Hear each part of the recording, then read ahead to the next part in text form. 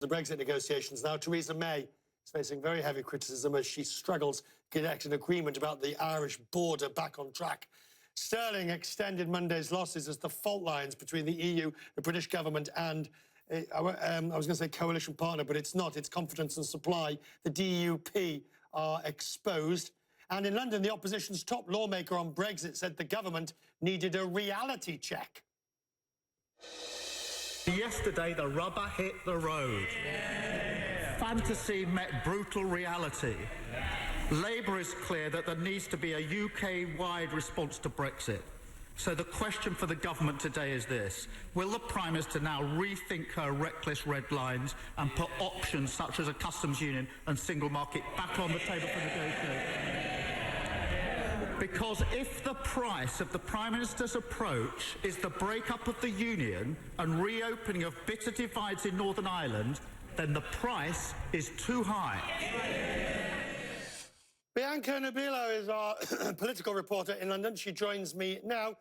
Bianca, this is the Northern Ireland issue, front and centre, has taken on a seriousness and a depth that really we should have seen coming but didn't. Yes, and everybody was so focused on that Brexit bill. This issue of Ireland almost crept up on us, and now it is the roadblock to negotiations progressing. It has got very serious, and the head of the DUP, Arlene Foster, we found out today, only discovered what the actual text of the draft Brexit deal was yesterday. She said she'd been pushing for it for 5 weeks, but hadn't seen it from the UK government, and that was the reason that the talks fell apart as they did. OK, so the talks fall apart at the moment.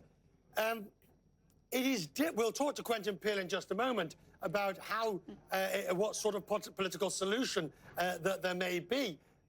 But wasn't this inevitable? Because they are trying to do the three-card trick. They're trying to, as I said to you last night, juggle with knives. They are, and in fact, this Ireland question is allowing the Welsh First Minister, Scotland, London, the opposition to push the Prime Minister now for a softer Brexit, for possibly remaining in the single market and the customs union. It strikes me at the moment, Richard, that this is almost like a Schrödinger's deal. The fact that at one moment we're leaving the customs union. Yes.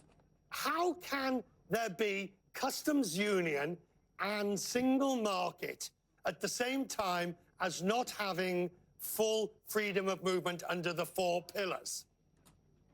There can't be, and that's why I call it Schrödinger's deal. It's this idea that until we know the final details of the Brexit arrangement, at the moment the government's trying to make the public think that we can have an arrangement that's somewhat like a customs union, somewhat like a single market, but also they've committed to leaving the customs union and the single market. So it's a very confusing position to take, and ministers have been calling for an arrangement which is as close to that as possible, but how that can be achieved, we just don't know.